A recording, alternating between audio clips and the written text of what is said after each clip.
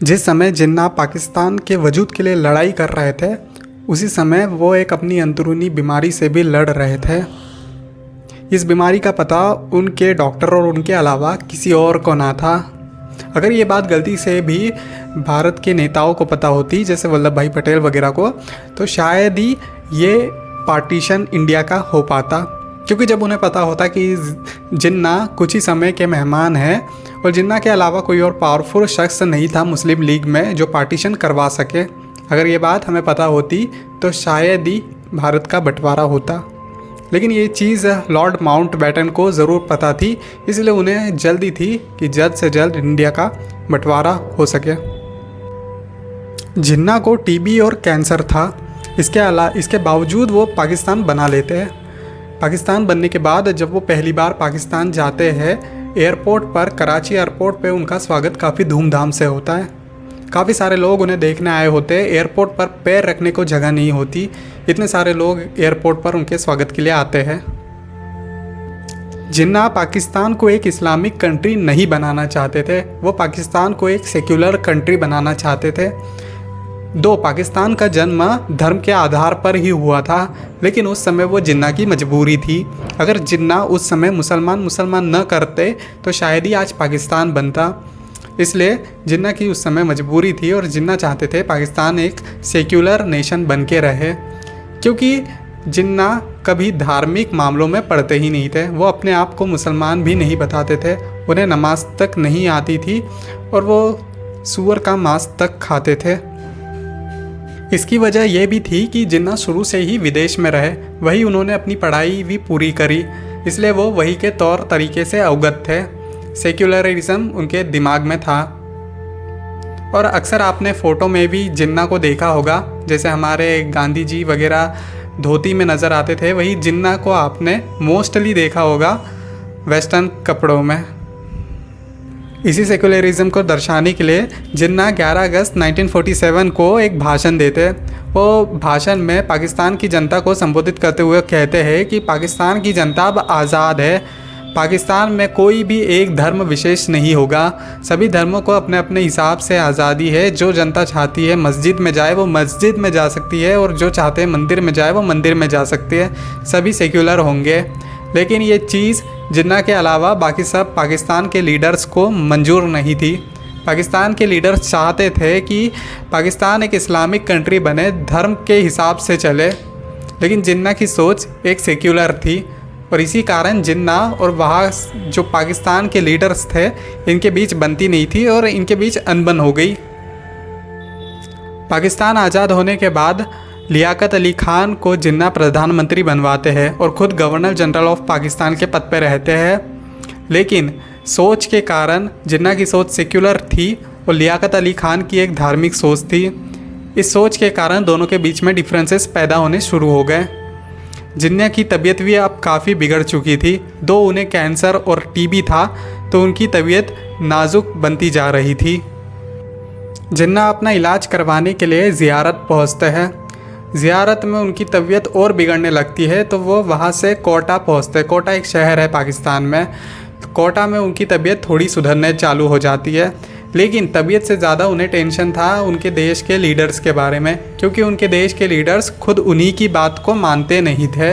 और जिन्ना की भी ऐसी हालत हो चुकी थी कि वो कहीं स्पीच भी ना दे सकते थे। इसलिए वहाँ के जो लीडर्स थे उन्होंने एक अपना ग्रुप बना लिया था। उन्होंने डिसाइड कर लिया था कि हम जिन्ना की बात को मानेंगे ही नहीं, क्योंकि यहाँ पे सोच का डिफरेंस था। जिन्ना सेक्युलर सोच थे और वहाँ के जो नेता थे वो ये चाहते थे कि उनकी पॉलिटिक्स धर्म के आधार पर ही चलती रहे। इसलिए जिन्ना की जो तबीयत सुधरनी थी वो भी बिगड़ना चालू हो गई।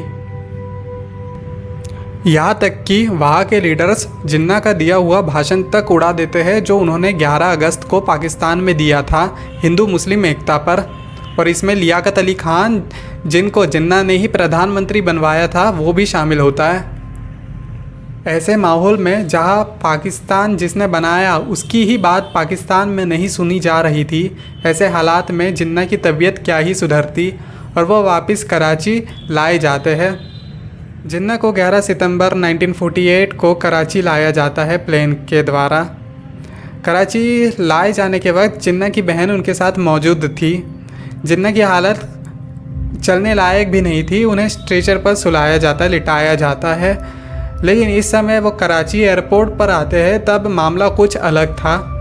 जिस समय 1 साल पहले जब जिन्ना कराची आए थे उस समय एयरपोर्ट पर पैर रखने तक को जगह नहीं थी, और अब की बार वहाँ पे एक आदमी भी जिन्ना का स्वागत के लिए खड़ा नहीं था।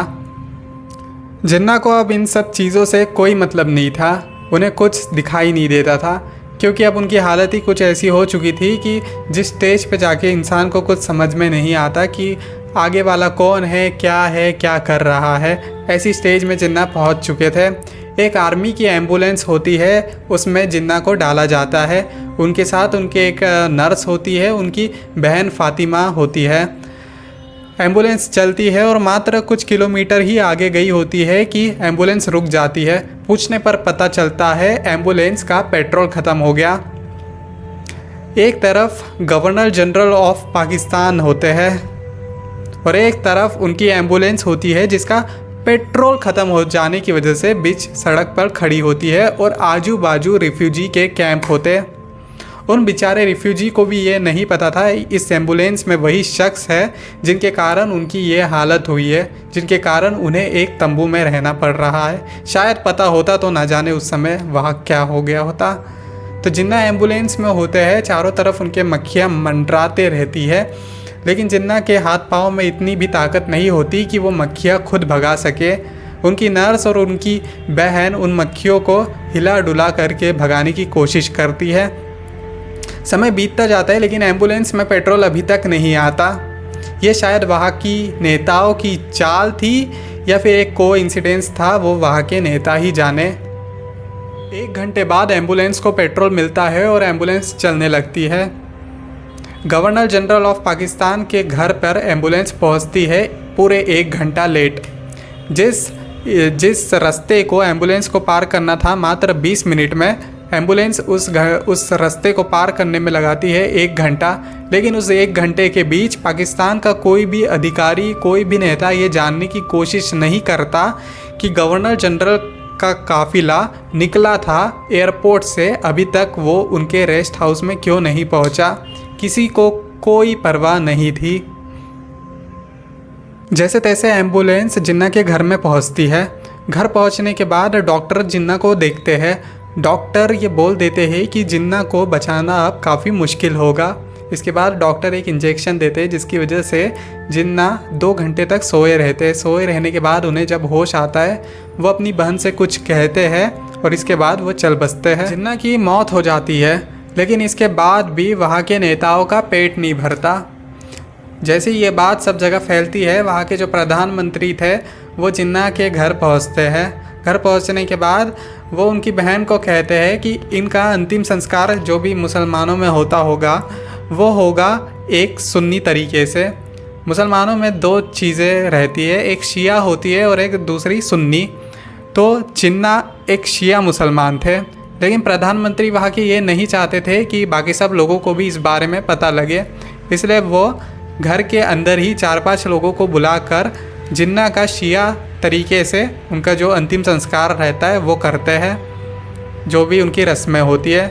इसके बाद उनकी बहन जिन्ना का शव सरकार को सौंप देती है। फिर सरकार जनता के सामने जाके सुन्नी तरीके से उनका जो भी रहता है वो करते हैं। तो उनके ख़त्म हो जाने के बाद भी उनकी लाश को तक तड़पाया गया। पाकिस्तान के नेता अंदर से तो बहुत खुश थे, लेकिन बाहर से तो दिखाना पड़ता है ना कि हम कितने दुखी हैं, इसलिए वो जिन्ना की लाश के साथ थोड़ा शो ऑफ करते हैं और उन्हें गड़ा देते हैं। जिन्ना के साथ ही पाकिस्तान का सेक्युलरिज़म भी ख़त्म हो जाता है। उसके बाद से आज तक पाकिस्तान कभी सेक्युलर कंट्री नहीं कहलाया और एक इस्लामिक कंट्री कहलाया। जिन्ना के कारण बहुत से लोग तबाह हुए, बहुत से लोगों ने अपना घर छोड़े, बहुत से लोग मारे गए, बहुत सारी महिलाओं के साथ रेप वगैरह हुआ। ऐसे में उन्हें सज़ा तो यही मिलनी थी, उनका नर्क यही था और उन्हें उनकी सज़ा भी यही मिली। अगर कुछ लोग ये कहते होंगे कि मैं इंडिया से हूँ तो मैंने जानबूझ के पाकिस्तान की बुराई करी है इस वीडियो में, तो ऐसा नहीं है। जहाँ मुझे जिन्ना की तारीफ़ करना चाहिए था वहाँ मैंने जिन्ना की तारीफ़ भी करी है, और जहाँ बुरा बोलना चाहिए था वहाँ बुरा भी बोला है। इसलिए अगर वीडियो अच्छा लगा हो तो प्लीज़ लाइक करें, शेयर करें।